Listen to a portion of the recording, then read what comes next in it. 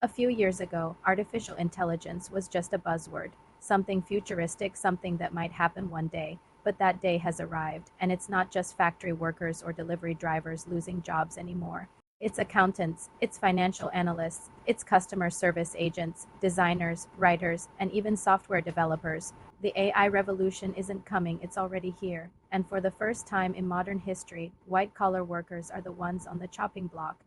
Think about this. For decades, automation was about machines replacing physical labor. Robots replaced factory hands, assembly lines replaced craftsmen, but now AI is replacing something far more valuable: human thinking. Tools like ChatGPT, Midjourney, and Gemini can now do in seconds what used to take skilled professionals hours.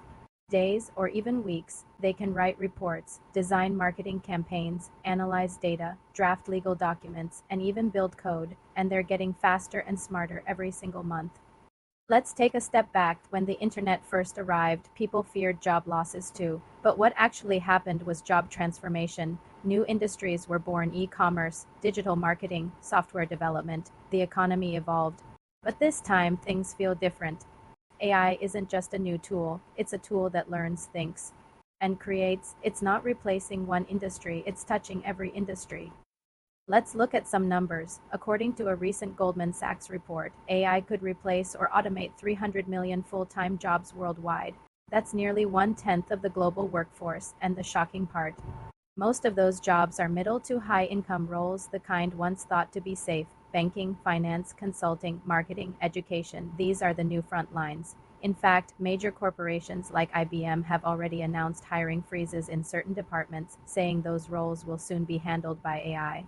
Customer service jobs are being replaced by voice bots. Financial analysts are using AI models that write reports better than interns. Even lawyers are seeing AI tools draft legal contracts in seconds. It's happening quietly, efficiently, and globally. Let's talk about why this is so disruptive. AI doesn't sleep. It doesn't take vacations. It doesn't demand a raise. And it can analyze more data in 1 minute than a human can in a lifetime. So when companies are under pressure to cut costs and increase productivity, what choice do they really make? They automate, and here's the cold truth: the first jobs to go aren't the lowest paying ones anymore. They're the ones that can be digitized. If your work happens on a computer and follows patterns or rules, AI can learn it. That includes analysts, designers, editors, coders, and even managers. Let's take an example. 10 years ago, if you wanted a marketing campaign, you needed a team: writers, designers, video editors, and ad strategists. Now one person using AI can generate the copy, design the visuals, edit the video, and even test ad performance, all in a single afternoon. One worker has become 10. In finance, AI can read balance sheets, forecast markets, and write earnings summaries. In journalism, AI is writing full articles faster than reporters can type headlines. In law, AI can review contracts with near perfect accuracy.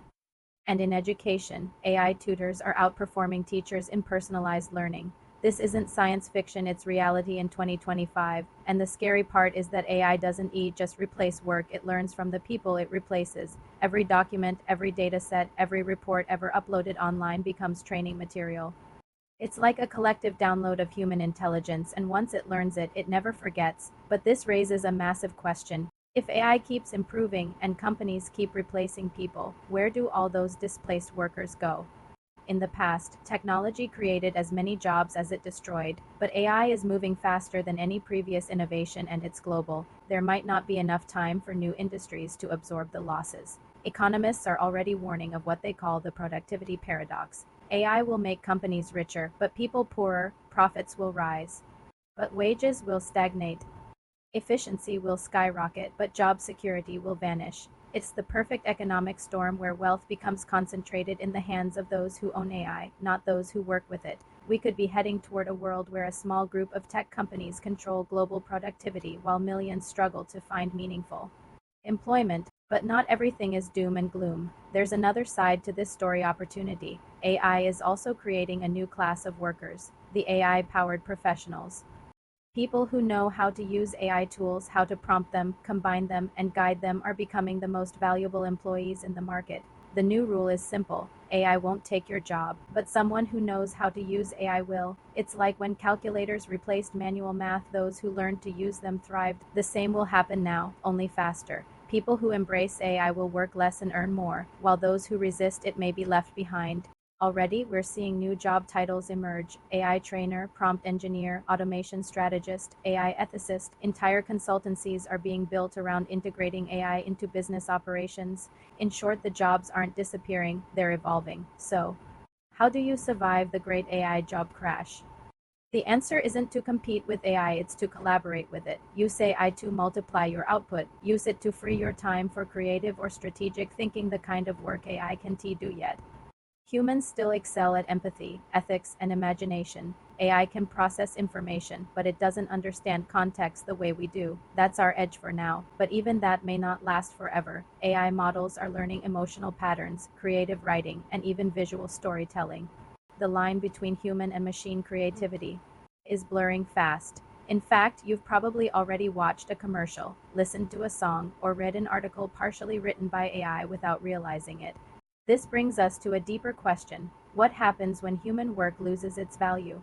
When AI can write, draw, and think better than us, what does society reward? Is value determined by skill, creativity, or control over technology? Some futurists believe we're heading toward a post-work economy where universal basic income and automation coexist. Others warn that inequality will explode, creating a divide between those who own AI and those who serve it. Whichever side is right, one thing is certain: the next decade will redefine what work even means. This isn't the Industrial Revolution 2.0, it's something much bigger: the intelligence revolution. And like every revolution, it will create winners and losers. If you're watching this and wondering what to do, start learning AI tools now, not tomorrow, not next year, today. Understand how they work, experiment with them, use them to make your job faster, smarter, and more creative. Because soon, knowing how to use AI won't be a competitive advantage, it'll be a survival skill.